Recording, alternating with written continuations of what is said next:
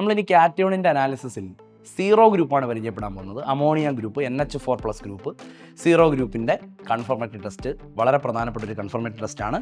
നെസ്ലസ് reagent test നമുക്കറിയാം. K2HgI4 എന്നാണ് അതിൻ്റെ മോളിക്കുലർ ഫോർമുല. ഒരു കോർഡിനേഷൻ കോമ്പൗണ്ടാണ്. നെസ്ലസ് റിയേജൻ്റ് സോൾട്ടിലേക്ക് ആഡ് ചെയ്യുമ്പോൾ നമുക്കൊരു ബ്രൗൺ പ്രസിപ്പിറ്റേറ്റ് കിട്ടും. നമുക്കൊന്ന് നോക്കാം അത് എത്രത്തോളം എഫക്റ്റീവ് ആണെന്ന്. അപ്പം അമോണിയ കണ്ടെയ്ൻ ചെയ്യുന്ന അമോണിയം ക്ലോറൈഡ് സോൾട്ട് ഞാൻ എടുത്തിട്ടുണ്ട്. അല്ലെങ്കിൽ അമോണിയത്തിൻ്റെ ഏത് സോൾട്ടായാലും മതി, സൾഫേറ്റ് ആയാലും കുഴപ്പമില്ല. അപ്പം ഞാൻ എന്ത് ചെയ്യുന്നു, അമോണിയ കണ്ടെയ്ൻ ചെയ്യുന്ന സോൾട്ട് എടുക്കുന്നു. ആ സോൾട്ടിലേക്ക് നെസ്ലസ് റിയേജൻ്റ് ആഡ് ചെയ്ത് കൊടുക്കുന്നു. സീറോ ഗ്രൂപ്പ് എന്നറിയപ്പെടുന്നത്. നെസ്ലസ് റിയേജൻ്റ് ആഡ് ചെയ്യുമ്പോൾ ഉള്ള കളർ നമ്മളൊന്ന് മനസ്സിലാക്കുക. ഇതാണ് ആ ബ്രൗൺ പ്രസിപ്പിറ്റേറ്റ്. അപ്പം നെസ്ലസ് റിയേജൻ്റ് ആഡ് ചെയ്യുമ്പോൾ ബ്രൗൺ പ്രസിപ്പിറ്റേറ്റ് കിട്ടി.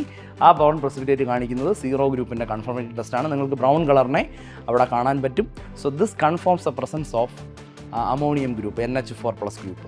യഥാർത്ഥത്തിൽ നെസ്ലസ് റിയേജൻ്റിനേക്കാൾ ഇഫക്റ്റീവായി നമുക്ക് അമോണിയ മനസ്സിലാക്കണമെങ്കിൽ നമ്മൾ പഠിച്ചിട്ടുണ്ട്, സോൾട്ടിലേക്ക് കോൺസെൻട്രേറ്റഡ് ആയിട്ടുള്ള ആൽക്കലികൾ, സോഡിയം ഹൈഡ്രോക്സൈഡോ പൊട്ടാസ്യം ഹൈഡ്രോക്സൈഡോ ഒക്കെ സോൾട്ടിലേക്ക് ആഡ് ചെയ്താൽ, അമോണിയ കണ്ടെയ്ൻ ചെയ്യുന്ന സോൾട്ടിലേക്ക് ആഡ് ചെയ്ത് കഴിഞ്ഞാൽ അമോണിയ ഗ്യാസ് ഉണ്ടാകും, സ്മെൽ ഓഫ് അമോണിയ ഉണ്ടാകും.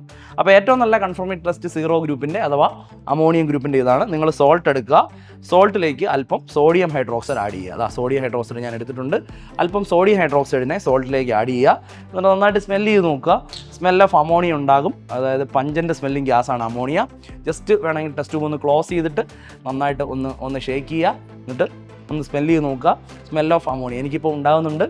അപ്പോൾ നിങ്ങൾ ഇത് ലാബിൽ ചെയ്ത് നോക്കുക. അപ്പം സോൾട്ടും അതിലേക്ക് സോഡിയം ഹൈഡ്രോക്സൈഡ് ആഡ് ചെയ്യുക. അപ്പം സ്മെൽ ഓഫ് അമോണിയ തീർച്ചയായും ഉണ്ടാകും. അതാണ് ഡെഫിനറ്റായിട്ട് അമോണിയ ഗ്രൂപ്പിൻ്റെ, NH4+ ഗ്രൂപ്പിൻ്റെ കൺഫർമേഷൻ. ഓക്കെ.